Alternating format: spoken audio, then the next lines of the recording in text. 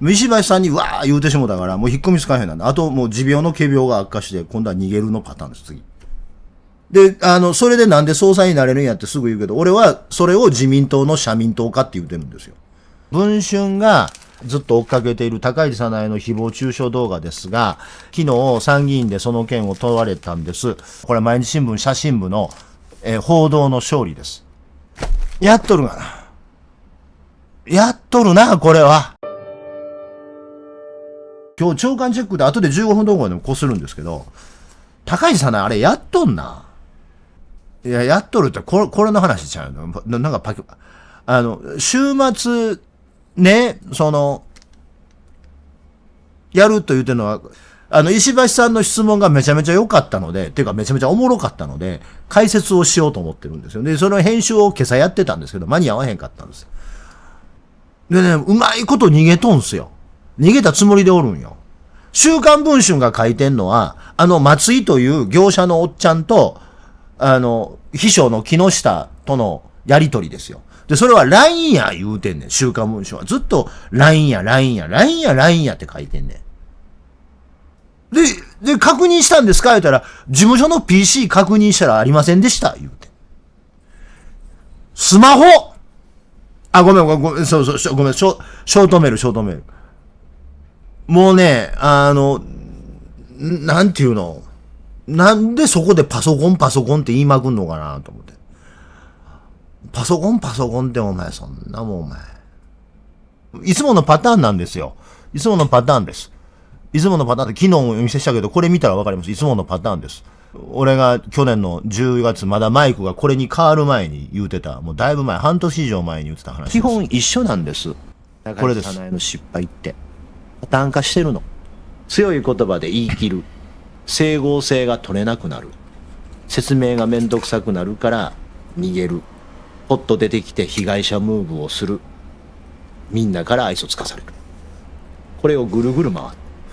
で、これね、ミソジニーとか関係ないです。高市早苗さんが女性だからね、高市早苗さんの女性性というところに注目して、ガラスの天井論を持ってくる人がいるけど、政治家としては一番やってはいけないことばっかりずっとやってるんです。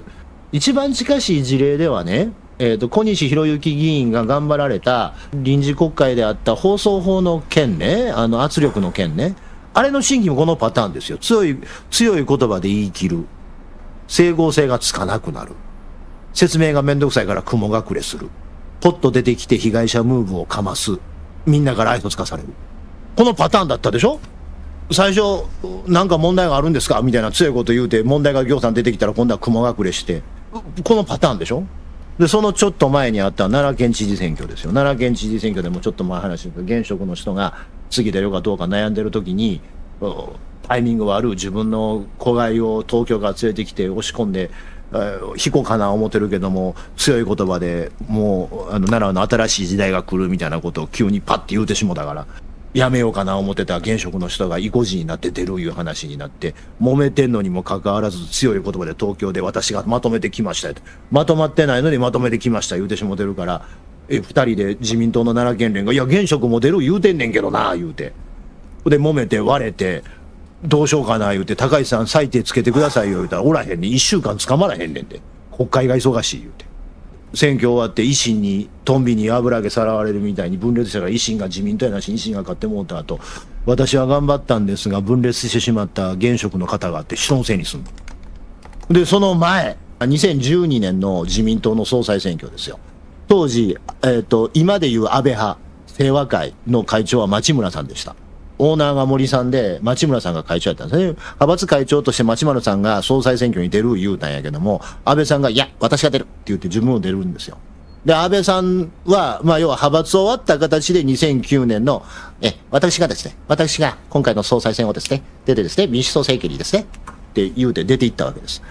で、町村派が分裂するわけです。で、分裂して、高市さんは、安倍さんを応援したい言うから、分裂の前に強い言葉で、私は安倍晋三さんを応援しますって、まだ分裂する前に出ていくわけよ。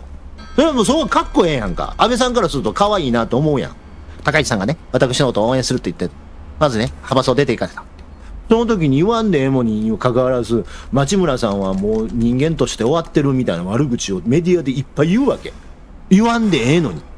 誰も派閥割るとも決めてないよ。だって、安倍さんは、町村さんも出る言うてるし、安倍さんも出たい言うてるから、これ話し合いがつけて、森さんにどうやねん言うてもうて、町村に我慢してもうて、安倍にって言うてる。ギリギリまでの交渉してるのに、私安倍さん応援する言うて先にピャーって飛び出すねん。安倍晋三、はい、今ね、高市さんがね、出ていきましたからね、蓮舫さん座ってください、みたいな感じで、出ていきよったなとも言ってるわけ。で、出たら出たで、今度は町村は人間のクズや、みたいなこといっぱい言うわけ。今まで自分の派閥のボスやったのに、みんなもう高市偉いこと言うとんなと思って顔しかめてんのに、うわーなって。で、結局、うまいこといかへんで、町村も総裁選出る、安倍さんも総裁選出る言うて、安倍派が分裂するんやけど、安倍派と菅義偉と維新とでわーって総裁選勝つと。で、勝った結果、じゃあ町村さんもう体壊さはったから、体調脳一血にならはったんやったね。確かに総裁選の最中に脳一血にならはって、もう引退やいうことになって、町村派が安倍派になって、清和会に戻ったなと思ったんやけど、みんな怖いから、高市さんね、あの時にね、出ていく時の高市さんの行儀が悪かったからって、安倍派に戻してもうてへん。あの時に町村と安倍が分裂するから言うて、清和会から飛び出した人何人もおんねんけど、戻してもうてないのは高市早苗だけ。放送法の話、奈良県知事選挙、町村派の分裂、これ、全部同じ失敗でしょ。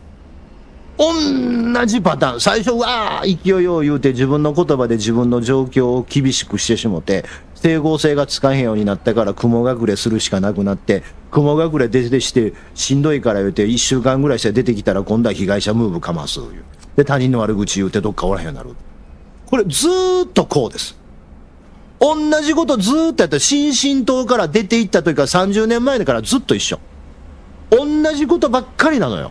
だから俺は、この高市早苗を知っているから、高市早苗こそ自由民主党の総裁にふさわしいと言い続けてきたんです。絶対崩壊すんねんもん。全部このパターンなんですよ。このパターンで考えると、今回も綺麗にこのパターンになってるでしょ。石橋さんにわー言うてしもたから、もう引っ込みつかへんなんで。あともう持病の仮病が悪化して、今度は逃げるのパターンです、次。この30年間これしかやってへんねん、あの人。その事例に挙げたのは町村派の分裂っていうか、清和会の分裂の話と、それと奈良県連の話と総務省の話ですけど、台湾答弁もそうやったでしょ。全部このパターンなのよ。で、それでなんで総裁になれるんやってすぐ言うけど、俺はそれを自民党の社民党化って言ってるんですよ。党員票のウエイトが高いから、こんなアホでも総裁になれてしまうの。昔の自民党では絶対総裁になられへんかった。党員票のウエイトが低いから。だから直接民主主義は怖い言うてんねん。高市早苗がこのパターンだということを知ってるのは俺が地元の人間だからです。奈良出身で、高市早苗の奈良2区というところが、僕は奈良県天理市出身なんで、僕は彼女が選挙運動をしてる地域に実家があるわけ。で、その地元の人の話を聞いてるわけ、俺。だから昔から知ってんのよ。そういうやつだということを。よその人知らんでしょ？そういう、その程度の低い人間だということ。だから俺は高市早苗が内閣総理大臣になるべきだって言ったの。程度の低い人間が社長をするとその組織は崩壊するんだから。だから次の選挙は楽ですよ。次の選挙めっちゃ楽ですよ。でも知らんでしょ？で、知ってるのは、なんか朝鮮人があかんとか外国人死ねとか日の丸万歳とか言うてる勢いの男だけしか知らんわけでしょ？で、戦争のこと反省してませんとかって言うてる、その表っ面のとこだけ見てるだけでしょ？その表っ面見てたらアホはなるやん。テレビ見て、福島みずほが朝までテレビで喋ったの見て、なって、福島さんすごい言うてる社民党の党員と一緒やんき。で、社民党が崩壊した理由ってそこなんですよ。党員票のウエイトが高すぎるから、何も知らん言うてるだけのアホが、同じだけのウエイトで、国会議員と同じだけウエイトで投票してるからですよ。絶対したらあかんねんって、そういうことは。政党の代表選ぶときに。議員内閣制でやってる以上。やっちゃダメなんですよ。議員内閣制というバッファーをやってるんだから、ずっと言うてる話ですよ。内閣総理大臣というのは最後小選挙区で決まるんだから、内閣総理大臣を選ぶやつも小選挙区で選んでこなきゃいけないって言ってる理屈と一緒。議員内閣制で内閣総理大臣選んでるんだから、議員内閣制と同じようなバッファーを政党の中にも設けなきゃいけないの。それがビジネスとしての適合です。で、それができなかった社民党とか令和新選組ってみんなどんどんおかしなっていってるでしょ。おかしなんねんって。で、自民党が左傾化してるというのは、LGBTQ の話とかそういうことではなくても、そういうことではなくて民主主義ばっかりやってるから自民党左傾化してるんですよ。おかしなんねん。で、次、ほんで、今度はその党内ポピュリズムみたいな子になって、次、あれよ。例えば赤沢さんとか茂木さんとかなれそうやけどなれへんってことはずっと続くのよ。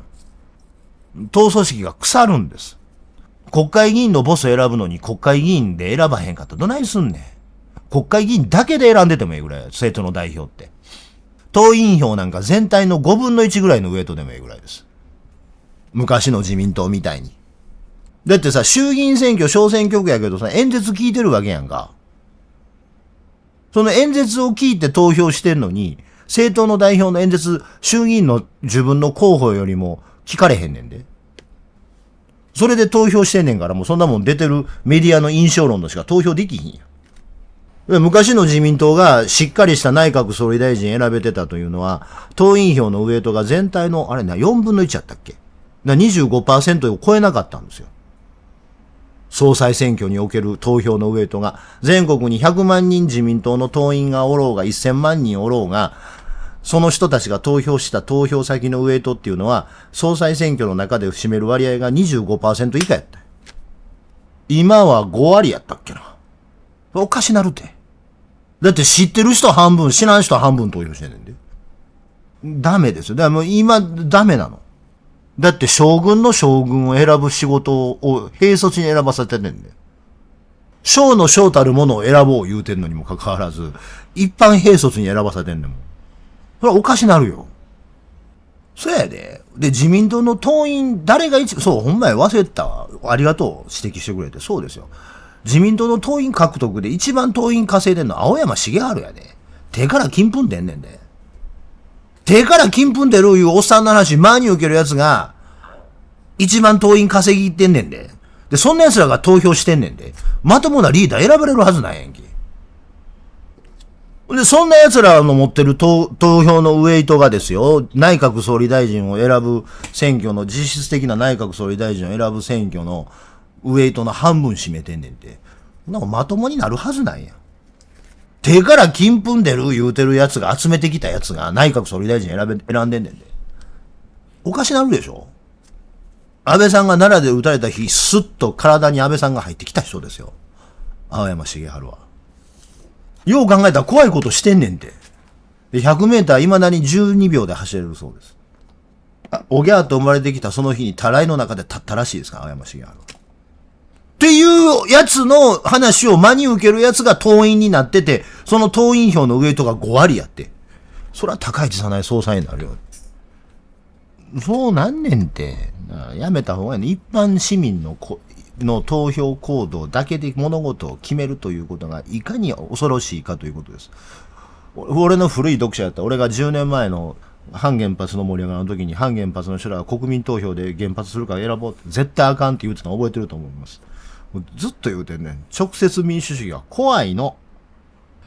でね、さらに自民党がね、社民党化してんのは、議員票が党員票を見て動いてんの。5割もあるから。自民党の国会議員としては、こいつは能力が低いから総裁として選べないけども、選挙だから勝ち馬に乗りたいけども、党員票を見たら7割は、5割のうちの7割は、高市早苗に行きそうやから高市早苗に投票しとこうと言うたのが、この間の選挙。それがあかんねん。それはビビってんねんて。だからね、保守主義だと言うときながらね、保守主義じゃないんですよ、自民党は。保守主義というのはこうなるはずなんです。これが保守主義なの。直接民主主義絶対あかんって言い続けた。民意怖いっていうのが保守主義なの。民主主義ダメよねというのが保守主義なの。保守主義というのは本来日の丸振ることでも天皇陛下万歳ということでも自衛隊頑張れいうことでも何でもないんですよ。目につくすべての権力というものを規制しようというのが保守主義の考え方です。で、だから人民が持つ権力というものも規制しようというのが保守主義の考え方です。で、今日の丸振って俺保守や言うてるやつみんな極左なんですよ。民や言うてんねんから。それはマリー・アントワネットを殺せ言うてんのと一緒やんけ。ロマノフ王家を打倒しろ言うてんのと一緒やんけ。それ極左なんですよ。大体、自分らが保守や言うてる連中のことを聞いてると、政治のやり方は極左革命政権を作りたい言うてんねん。民意によって既存の法体系を否定してでも自分たちが選んだ人のやりたいようにやらしたいってやつでしょ。これ極左ですよ。なお、これを壮大な形でさらに自民党がやってる失敗というのは自民党という枠の中でやってる失敗なんだけど、それを対外的に衆議院選挙という形で失敗したのが公明党の皆さんです。てか、南明法蓮華経の皆さんです。総学会の皆さんです。あなた方中道改革連合という名前を付けようと思ったら右行っても左行っても民意から見放されるから中道やと思ってるでしょ。民意から見放されるということを恐れる奴は政治家になるべきではない。民意から見放されるのが恐ろしかったら、そもそも選挙に出なければいいんです。民意は自民党に下ってんねんから、選挙なんか出へんかったんやねん。自民党でええんちゃいますか言うてたんや。それが民意ですから、言うて。そうでしょ？民意から見放されてることは間違ってるんだと言うんであればですよ。自民党に任しといてへん。何のために政治家してんのお前ら。民意、カックスしよう。だって社会がおかしいと思うから選挙出るんでしょう、野党の立場から。このままじゃダメだと思うから選挙に出るんでしょう、野党の立場から。このままでええじゃん自民党が出たらええんですよ。民意が全てって言ったら自民党に文句言わへんかったらええんですよ。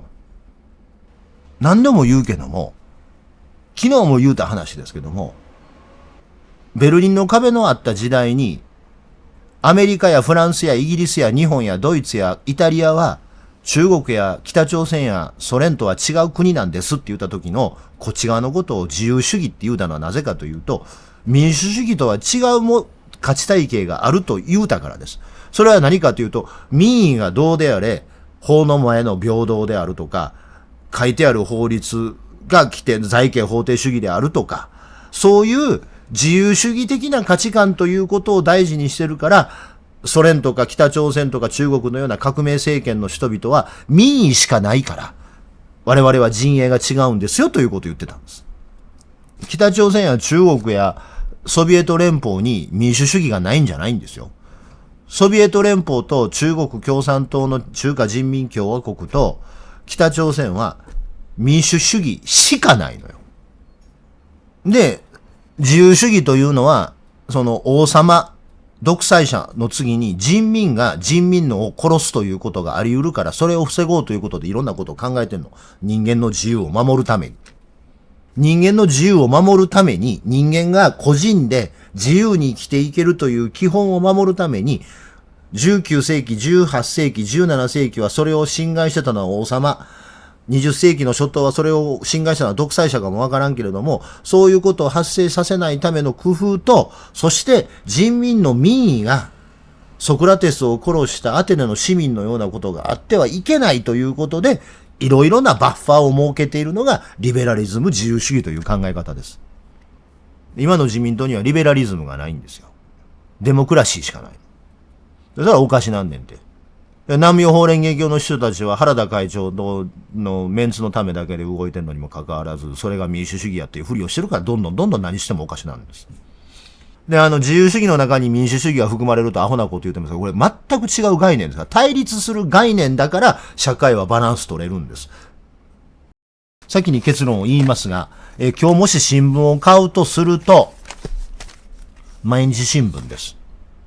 なぜかというと、この、小倉さんという方の書かれた、毎日新聞、いつでも2面にこれが載るんですけども、小倉さんの書かれた、イランよりも危ないというタイトルの論説があります。これは何について書いてるかっていうと、イスラエルの国防大臣やってるのか、外務大臣やってるか、ベングビールの過去の犯罪歴をずっと書いてるという記事です。常日頃言うてますけれども、読売新聞、今日、例えば読売新聞もそうなんです。仕事してるんですよ、読売新聞が。読売新聞の国際面です。7面の片隅に載ってるんですけども、イスラエルが、イランとアメリカの停戦協議の隙をついて、レバノン南部での攻撃を拡大してます。これまでリタニ川が国境線だったんですが、さらに、北へ進めて、ザフラニ川っていうところまで行って、もうほぼほぼ占領地域にしようとしてるんですね。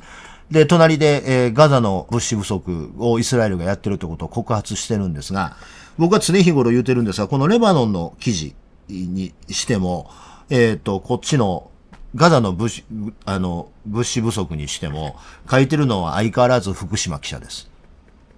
日本のメディアでガザの苦境、イスラエルの、無茶苦茶さを事実ベースで報道してるのは、ずっと読売新聞の福島さんです。で、読売新聞の福島さんの記事を読んでると、基本イギリスのメディアやアメリカのメディアよりも、イスラエルが何を悪いことをしているかというのは、読売新聞の福島記者の記事を読んでる方が正確にわかります。で、みんな読売新聞はアメリカの犬やからということで信用せえへんかもわからんけれども、イスラエルがいかに鬼畜の所業をやっているかというのは、読売新聞の福島さんを呼ぶのが一番です。これね、パレスチナのことを応援してて、アメリカのことが大嫌いで、読売なんか絶対認められへんとかっていう人多いと思うけど、ぜひね、そのバイアスを外して読売新聞の国際面読んでください。すごいです。福島さんのやってる仕事。ただ、福島さんには限界というか、僕もその気持ちはよくわかるんです。それは限界とか弱いところじゃなくて、そこが福島記者の強いところなんですが、あの人ね、家族連れで赴任してるんですよ。すなわち、ずっとイスラエルのことを取材したいんです。子供と妻を連れてイスラエルに行ってるの。で、ずっと取材したいの。で、ネタニヤフのやってる悪いことをずっと書きたいの。で、その中でやらなきゃいけないことは2つあるんですよ。家族の安全を守るということと、それと国外退去処分にならないってことですよ。で、これは福島さんの限界と言うたらあかんのですよ。福島さんがプロとして、ゴーイングコンサーンするためには踏み込めない一線があるんです。わかる？ずーっと取材したい人は、家族殺されたりとか、あるいは国外退去処分になったりとかっていうことをされるべきではないので、分かってても書いてないところっていうのがあるんです。で、それは福島さんのせいじゃない。それはプロだとそうなります。今日の解説編で冒頭、神戸サウナで出会ったやつが誰かということを俺が喋らないのと一緒です。言えないことがある。でも、さっき取り上げた毎日新聞のこの記事、イランよりも危ないという小倉さんっていうのは論説委員で東京にいてはりますから好きなこと書けるんですよ。で、結果、小倉さんのこのイランよりも危ないというベングビールの過去の犯罪歴、ラビン首相の車からエンブレムを盗んだ犯罪とかね、を書いてて、で、この間、そのイタリア人とかがガザを救援するときに、船でガザに着いたら、そいつらを地面に押し付けて、ようこそイスラエルに、所有権はユダヤ人にありますっていう演説をした様子とかね、それを徹底的に書いてんだよ。で、この記事を読むと、今のイスラエル人がいかに狂ってるかがわかるので、ぜひ読んでください。毎日新聞のこの記事を読むためにも今日は毎日新聞を買うべきです。ということで毎日新聞を褒めときました。で、後で実を言うとね、今日はね、毎日新聞もう一回褒めなきゃいけない。それ後で帰ってきます。もう一個褒めとかなきゃいけません。はい。で、最後にもっぺん毎日新聞を褒めなきゃいけないと言ってた毎日新聞を褒めとかなきゃいけません。文春がずっと追っかけている高市早苗の誹謗中傷動画ですが、昨日参議院でその件を問われたんです。で、土曜日、日曜日、僕のこのチャンネルでどっかのタイミングで石橋さんの、高市早苗に対する追及がいかに素晴らしかったかという解説動画を流す予定でおりますが、素晴らしかったのはね、毎日新聞の報道です。写真報道、写真ジャーナリズムというのが、千円万円を費やした追求よりも、真実をたった一枚の写真が捉えているという事例が毎日新聞にありました。ちっちゃいから分かりにくいかも分からんで大きしますが、絶対やっとる顔やろ、これ。絶対やっとる顔やろ。毎日新聞の写真が、ネットでも公開してたんで、これを、大きく写しておきましょう。これは毎日新聞写真部の、報道の勝利です。もう完全に報道の勝利ですな。この顔です。やっとるがな。やっとるがな。やっとるな、これは。ぜひチャンネル登録といいねボタンを押してください。